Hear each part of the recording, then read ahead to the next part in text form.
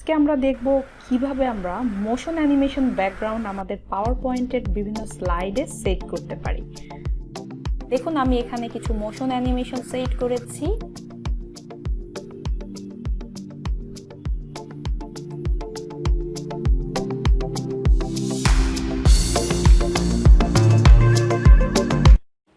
আসসালামু আলাইকুম, welcome back to my channel. এটি স্টুডিও থেকে আমি তিশা আছে আপনাদের সঙ্গে। স্টুডিও থেকে আমাদের আজকের এপিসোডে রয়েছে মোশন অ্যানিমেশন ব্যাকগ্রাউন্ড। তাহলে চলুন কথা না বাড়িয়ে সরাসরি আমার কম্পিউটারের স্ক্রিনে চলে যায়, আর সে পর্যন্ত আমার সঙ্গেই থাকবেন। আর তার আগে বলে নিই, যারা আমার চ্যানেলে অলরেডি সাবস্ক্রাইব করেছেন আপনাদেরকে অসংখ্য অসংখ্য ধন্যবাদ। আর যারা আমার চ্যানেলে নতুন, অবশ্যই আমার চ্যানেলটি সাবস্ক্রাইব করবেন এবং পাশে থাকা বেল আইকনটি প্রেস করে রাখবেন।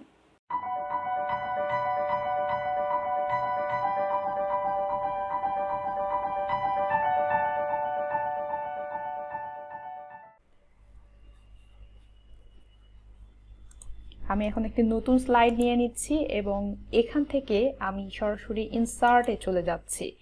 ইনসার্ট থেকে শেপে গিয়ে এখান থেকে আমি একটি রেক্ট্যাঙ্গেল শেপ নিয়ে নিচ্ছি। রেক্ট্যাঙ্গেল শেপ নেওয়ার পরে আপনারা চাইলে এখান থেকে শেপের কালার চেঞ্জ করে আপনাদের পছন্দ মতো যে কোনো শেপ ফিল করে নিতে পারেন, অথবা আপনারা চাইলে রেক্ট্যাঙ্গেল শেপে রাইট ক্লিক করে এখান থেকে ফরম্যাট শেপে গিয়ে পিকচার অথবা টেক্সচার ফিলও আপনারা আপনাদের পছন্দ মতো চেঞ্জ করে নিতে পারেন। সো আমি এখান থেকে অনলাইন থেকে একটি পিকচার নিচ্ছি। আপনারা অনলাইন থেকে যে কোনো পিকচারও নিতে পারেন, অথবা আপনারা চাইলে যে কোনো ফিল কালারও নিতে পারেন। তো ভিউয়ার্স, আমি এখান থেকে একটি ইমেজ নিয়ে নিলাম। আমি জাস্ট আপনাদেরকে দেখানোর জন্য যে কোনো একটি ইমেজ এখানে চুজ করে নিচ্ছি। আপনাদের সুবিধা মতো আপনারা যে কোনো পিকচার সেট করতে পারেন অথবা যে কোনো কালার সেট করতে পারেন। আমার শেপ ফিল করা হয়ে গিয়েছে। এখন আমি সরাসরি ইনসার্টে যাচ্ছি এবং ইনসার্ট থেকে শেপসে এসে এখান থেকে টেক্সট বক্সে ক্লিক করছি এবং টেক্সট বক্সে ক্লিক করে আপনাদের যার যেই লেখাটা লেখার প্রয়োজন আপনারা লিখতে পারেন। সো আমি এখানে ওয়েলকাম লিখছি। লেখার পরে কন্ট্রোল এ দিয়ে এটিকে সিলেক্ট করে টেক্সট কালারটা আমি হোয়াইট করে নিচ্ছি এবং চলে যাচ্ছি ফন্ট সাইজে। ফন্ট সাইজে এসে আমি এখান থেকে কপার ব্ল্যাক নিয়ে নিব। আপনারা যে কোনো ফন্ট ইউজ করতে পারেন। সো আমি কপার ব্ল্যাক নিয়ে নিচ্ছি। নেওয়ার পরে ফন্টের সাইজটি আমি বড় করে নিচ্ছি। এখানে আমার ফন্টটি সেট করা হয়ে গেল। আপনারা চাইলে যে কোনো স্থানে সেট করতে পারেন। সো আমি এটিকে আপাতত এখানেই রাখছি এবং এটি করার পরে এই টেক্সটটি আবার সিলেক্ট করে নিচ্ছি। সিলেক্ট করার পরে আমরা ফন্ট গ্রুপে এসে এখান থেকে এভি লেখা আছে, এটা হচ্ছে ক্যারেক্টার স্পেসিং। সো এটাতে ক্লিক করে আমরা এটিকে ভেরি টাইট করে নিব।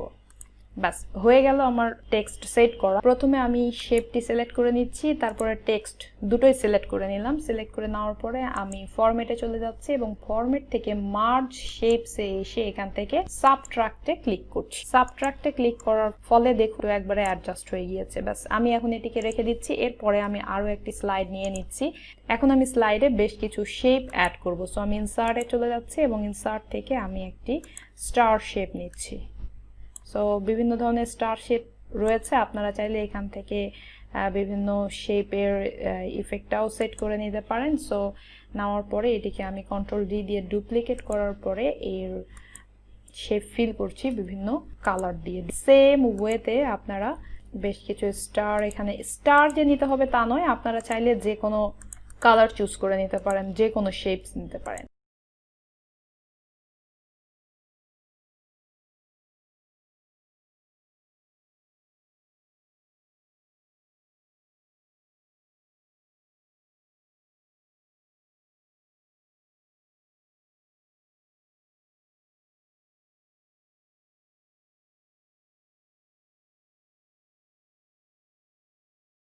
সো দেখুন ভিউয়ার্স, আমি বেশ কিছু স্টার এখানে ক্রমান্বয়ে সাজিয়ে নিয়েছি। এখানে যে আপনাদেরকে স্টার শেপ নিতে হবে তা কিন্তু নয়, আপনারা আপনাদের পছন্দ মতো যে কোনো শেপ নিতে পারেন। আমি আপাততভাবে স্টার শেপগুলো নিচ্ছি। নেওয়ার পরে এটিকে আমি সিলেক্ট করার পরে আমি কন্ট্রোল ডি দিয়ে ডুপ্লিকেট করে এই শেপগুলোকে বাড়িয়ে নিচ্ছি এবং পাশাপাশি বসিয়ে নিচ্ছি। এখন আমি সবগুলো শেপকে কন্ট্রোল এ দিয়ে সিলেক্ট করে নিলাম। নেওয়ার পরে এটিতে এখন অ্যানিমেশন অ্যাড করব। অ্যানিমেশনে চলে যাচ্ছি, এখান থেকে অ্যাড অ্যানিমেশন এবং এখান থেকে স্পিন সিলেক্ট করছি। সো আপনারা চাইলে যে কোনো ইফেক্ট নিতে পারেন যেটি আপনাদের পছন্দ। এরপরে আমি অ্যানিমেশন প্যানে চলে যাচ্ছি এবং এখান থেকে টাইমিং এ ক্লিক করছি। টাইমিং এ আসার পরে আমি এটাকে উইথ প্রিভিয়াস করে দিচ্ছি এবং ডিউরেশনটা আপনাদের সুবিধা মতো আপনারা রাখতে পারেন এবং রিপিট আমি until end of the slide করে দিচ্ছি, দিয়ে ওকে করে দিচ্ছি।